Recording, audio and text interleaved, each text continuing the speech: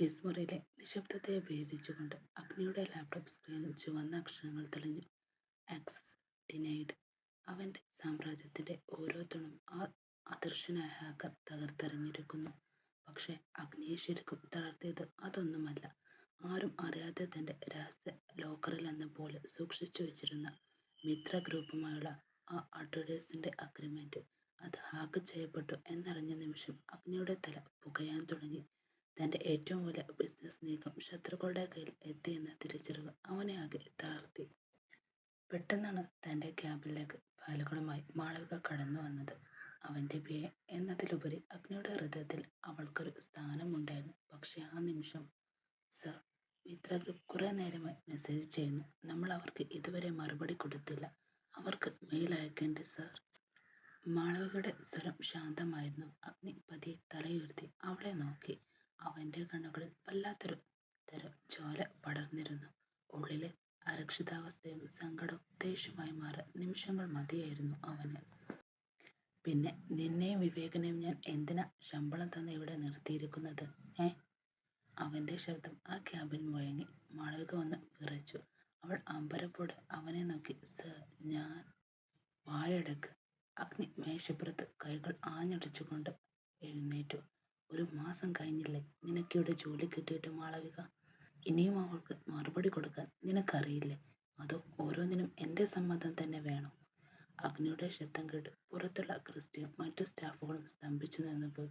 എല്ലാവരുടെയും നോട്ടം മാളവികയുടെ മേൽ പതിഞ്ഞു. ആ നോട്ടത്തിൽ അവളെ കൂടുതൽ തളർത്തി. അഗ്നി അവളെ ഇഷ്ടമായിരുന്നു. അവളോടുള്ള ആ ഇഷ്ടം തന്നെയാണ് ഇത്രയും വലിയൊരു ചതി താൻ നേരിടുമ്പോൾ അവളോട് പറയാൻ കഴിയാത്തതും അവനിൽ നീറ്റുണ്ടാകുന്നതും. തൻ്റെ നിസ്സാവസ്ഥ അവൾക്ക് മനസ്സിലാകുന്നില്ലല്ലോ എന്നോർത്ത് അവൻ്റെ ഉള്ളിൽ ദേഷ്യം ഇരട്ടിച്ചു. നിനക്കൊക്കെ വെറുതെ ശമ്പളം തരാൻ എനിക്ക് സൗകര്യമില്ല. ഉത്തരവാദിത്തം അറിയില്ലെങ്കിൽ ഈ സീറ്റിലിരിക്കരുത്. ഇറങ്ങിപ്പോ. അഗ്നി കൈ ചൂണ്ടി ഗർജിച്ചുകൊണ്ട് അവളോടായി പറഞ്ഞു. മാളവികയുടെ കണ്ണുകൾ നിറഞ്ഞു തുളുമ്പി. എല്ലാവരുടെയും മുന്നിൽ വെച്ച് ഇത്രയും ക്രൂരമായി അവൻ പെരുമാറുമെന്ന് അവൾ സ്വപ്നത്തിൽ പോലും വിചാരിച്ചതുമില്ല. അവളൊന്നും മിണ്ടാതെ കയ്യിലിരുന്ന ഫയൽ മുറുക്കി പിടിച്ച് തല താഴ്ത്തി പുറത്തേക്ക് നടന്നു. പുറത്തിറങ്ങിയ മാളവികയെ നോക്കി ക്രിസ്റ്റി പതിയെ ചോദിച്ചു. എന്തു പറ്റി മാളവിക?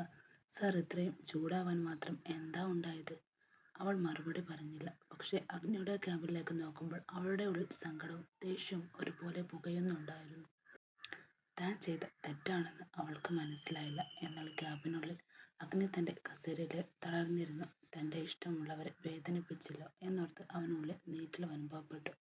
എങ്കിലും ആ ഹാക്കർ തൻ്റെ ജീവിതം തകർക്കുന്നത് അവന് നിസ്സംഗനായി നോക്കി നിൽക്കാനും കഴിയുമായിരുന്നില്ല. ഓഫീസിൽ പുകയുന്ന പിരിമുറുക്കം പെട്ടെന്നാണ് വഴിമാറിയത്. ക്രിസ്റ്റിയുടെ കയ്യിലിരുന്ന ഫോണിൽ ഒരു സന്ദേശം മിന്നിമറിഞ്ഞു. ചുണ്ടിലൊരു വക്രബുദ്ധിയോടെ അവൻ ചുറ്റും നോക്കി. ആരും ശ്രദ്ധിക്കുന്നില്ലെന്ന് ഉറപ്പുവരുത്തിയ നിമിഷം അതുവരെ താൻ ഹാക്ക് ചെയ്തു വെച്ചിരുന്ന വിൻഡോകൾ ഒരൊറ്റ ക്ലിക്കിൽ അവൻ മായ്ച്ചു കളഞ്ഞു. പകരം കമ്പനിയുടെ ഔദ്യോഗിക പേജുകൾ സ്ക്രീനിൽ തെളിഞ്ഞു. കണിമംഗലം ഗ്രൂപ്പിൻ്റെ എല്ലാ ബിസിനസ് ഇടപാടുകളും തൻ്റെ കൈപ്പിടിയിലുണ്ടെന്ന് ഉറപ്പുവരുത്തിയ ശേഷം ഒരു വിശ്വസ്തൻ്റെ മുഖംമൂടി അണിഞ്ഞ് അവൻ അഗ്നിയുടെ ക്യാബിനിലേക്ക് നടന്നു. സോഫ്റ്റ്വെയർ ഡിപ്പാർട്ട്മെൻറ്റ് മാനേജർ എന്ന നിലയിൽ അഗ്നിക്ക് അവനിൽ വലിയ വിശ്വസ്തതയായിരുന്നു. ആ വിശ്വാസമാണ് ഇപ്പോൾ ക്രിസ്റ്റിയുടെ ഏറ്റവും വലിയ ആയുധം തന്നെ. സർ, ക്രിസ്റ്റി വിനയത്തോടെ അഗ്നിയെ വിളിച്ചു. അഗ്നി തലയുയർത്തി നോക്കി. അവൻ്റെ കണ്ണുകളിൽ ഇപ്പോഴും ആ പഴയ ആദി ബാക്കിയുണ്ടായിരുന്നു. എല്ലാം ശരിയാക്കി സർ. സെർവർ ഇപ്പോൾ സേഫാണ്. ആ ഹാക്കിംഗ് അറ്റംപ്റ്റ് ചെയ്യാൻ ബ്ലോക്ക് ചെയ്തു. ക്രിസ്റ്റിയുടെ വാക്കുകൾ കേട്ടതും അഗ്നിയുടെ മുഖത്തൊരു ആശ്വാസം പടർന്നു. അഗ്നി വേഗത്തിൽ തൻ്റെ സിസ്റ്റം പരിശോധിച്ചു. അതെ, മിത്ര ഗ്രൂപ്പിൻ്റെ സന്ദേശങ്ങൾ അവിടെ തന്നെയുണ്ട്. ഏഷ്യയിലെ തന്നെ ഏറ്റവും വലിയ പരസ്യ കമ്പനിയായ മിത്ര ഗ്രൂപ്പ് കൈവിട്ടുപോയാൽ തൻ്റെ സാമ്രാജ്യം തകരുമെന്നും അഗ്നിക്കറിയാം. അവൻ ക്രിസ്റ്റിയെ നോക്കി ഒന്ന് പുഞ്ചിരിച്ചു. ആ പുഞ്ചിരിക്ക് പിന്നിൽ വലിയൊരു നന്ദി ഉണ്ടായിരുന്നു. പക്ഷേ ആ നന്ദി അർഹിക്കുന്ന തൻ്റെ മുന്നിൽ നിൽക്കുന്ന ഈ ചതിയനാണെന്ന് അഗ്നിയും അറിഞ്ഞില്ല.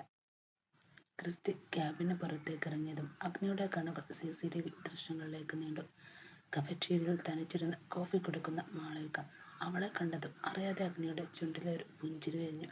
അല്പം മുമ്പ് താൻ കാട്ടിയ ദേഷ്യം അധികമായി പോയോ എന്നൊരു തോന്നലും അവനിലുണ്ടായി. പക്ഷെ ആ സ്നേഹം പുറത്തു കാണിക്കാതെ അവൻ പെട്ടെന്ന് തന്നെ മുഖം ഗൗരവത്തിലാക്കി. അവൻ ഇന്റർകോമിലൂടെ അവളെ വിളിച്ചു. എനിക്കൊരു കോഫി വേണം. ഇപ്പോൾ തന്നെ എൻ്റെ ക്യാബിൽ എത്തിക്കണം. മാളവികക്ക് ഫോൺ വെക്കുമ്പോൾ സങ്കടവും ദേഷ്യവും ഒരുപോലെ വരുന്നു. തന്നെ എല്ലാവരുടെയും മുന്നിൽ വെച്ച് അപമാനിച്ചിട്ട് ഇപ്പോൾ യാതൊരു ഭാവമില്ലാതെ കോഫി ചോദിക്കുന്നു. അവൾ മനസ്സില്ലാ മനസ്സോടെ കോഫി ഓർഡർ ചെയ്തു. കോഫി കപ്പുമായി അവൾ ലിഫ്റ്റിലേക്ക് കയറി. വിധി എന്നതുപോലെ അതേ ലിഫ്റ്റിൽ ക്രിസ്റ്റിയും ഉണ്ടായിരുന്നു. മാളവിക ലിഫ്റ്റിലേക്ക് കയറിയ നിമിഷം അന്തരീക്ഷത്തിൽ പടർന്ന ചെമ്പകപ്പൂക്കളുടെ ഗന്ധം ക്രിസ്റ്റിയുടെ നാസാഗ്രയിൽ ഉണർത്തി. അവൻ അറിയാതെ ഒന്ന് മൂക്ക് വിടർത്തി. ആ മണം ആസ്വദിച്ച് പണത്തോടുള്ള ആർത്തിക്കൊപ്പം തന്നെ പല സ്ത്രീകളുമായും അവഹിത ബന്ധങ്ങളുള്ള ക്രിസ്റ്റിക്ക് മാളവിക ഒരു പുതിയ ഇരയെപ്പോലെ തോന്നി. ഈ പെണ്ണ് ഓരോ നിമിഷവും എന്നെ മോഹിപ്പിക്കുന്നു. അവൻ വശ്യമായൊരു നോട്ടം അവൾക്ക് നേരെ എറിഞ്ഞു. മാളവിക ഇതൊന്നും ശ്രദ്ധിക്കാതെ ലിഫ്റ്റിലെ നമ്പറിലേക്ക് നോക്കി നിൽക്കുകയാണ്. അവളുടെ ഉള്ളിൽ അഗ്നിയോടുള്ള പരിഭവമാണ്. എന്നാൽ അവൾക്ക് തൊട്ടു പിന്നിൽ നിൽക്കുന്ന ക്രിസ്റ്റിയുടെ കണ്ണുകളിൽ ജ്വലിക്കുന്നത് കാമത്തിൻ്റെയും ചതിയുടെയും കനലുകളും അവൾ അറിഞ്ഞില്ല. അഗ്നിയുടെ സാമ്രാജ്യത്തിൽ അഗ്നിയോടുള്ള പ്രണയം ഒരേപോലെ തകർക്കാൻ ക്രിസ്റ്റി വല വിരിച്ചു കഴിഞ്ഞിരുന്നു. ലിഫ്റ്റിൽ ഇടുങ്ങിയ സ്ഥലത്ത് മാളവിക തൊട്ടു പിന്നിലായി നിൽക്കുമ്പോൾ ക്രിസ്റ്റിയുടെ ഉള്ളിൽ കാമത്തിൻ്റെയും ചതിയുടെയും ഒരു പുതിയ തിരമാല അടിച്ചു കയറി. അഗ്നി അവളെ സ്വന്തമാക്കുന്നതിന് മുമ്പ് തനിക്ക് അവളെ ആസ്വദിക്കണമെന്ന് അവൻ മനസ്സിൽ ഉറപ്പിച്ചു. അവൻ്റെ കണ്ണുകൾ മാളവികയുടെ ഓരോ ചലനത്തെയും ഒപ്പിയെടുത്തു. ആ മജന്ത നിറത്തിലുള്ള സാരി അവളുടെ മേലിൽ ചുറ്റിപ്പണഞ്ഞു കിടക്കുന്നത് തന്നെ ഒരു ചിത്രകാരൻ വരച്ച കാവ്യം പോലെ അവന് തോന്നിപ്പോയി. നെറ്റിയിലെ ചന്ദനക്കുറയും അതിന് താഴെ വിരിഞ്ഞു വിടർന്ന കണ്ണുകളും ആരും ഒരു നിമിഷം നോക്കി നിന്നു പോകുന്ന ശ്രീത്വമുള്ള മുഖം, ഒരു കൊച്ചു പെൺകുട്ടിയുടെ നിഷ്കളങ്കത തുടിക്കുന്ന ആ മുഖം ക്രിസ്റ്റിയെ വല്ലാതെ മോഹിപ്പിച്ചു പോയി. അപ്പോഴാണ് അവളുടെ ചെവിയിൽ ഇരിക്കുന്ന ആ ചെറിയ യന്ത്രം അവൻ്റെ ശ്രദ്ധയിൽപ്പെട്ടത്. അവളുടെ കേൾവിശക്തിക്ക് കരുത്താകുന്ന കൊച്ചു ഇയർബഡ്സ്. മറ്റുള്ളവർക്ക് അത് ഒരു കുറവായി തോന്നുമെങ്കിലും ആ കൊച്ചു യന്ത്രം അവളുടെ കുഞ്ഞു മുഖത്തിന് ഒരു പ്രത്യേക ചേലും തന്നെ നൽകുന്നു. അവളുടെ നിസ്സായാവസ്ഥ പോലും ക്രിസ്റ്റിയുടെ ഉള്ളിലെ വക്രബുദ്ധിയെ ഉണർത്തുകയാണ് ചെയ്തത്.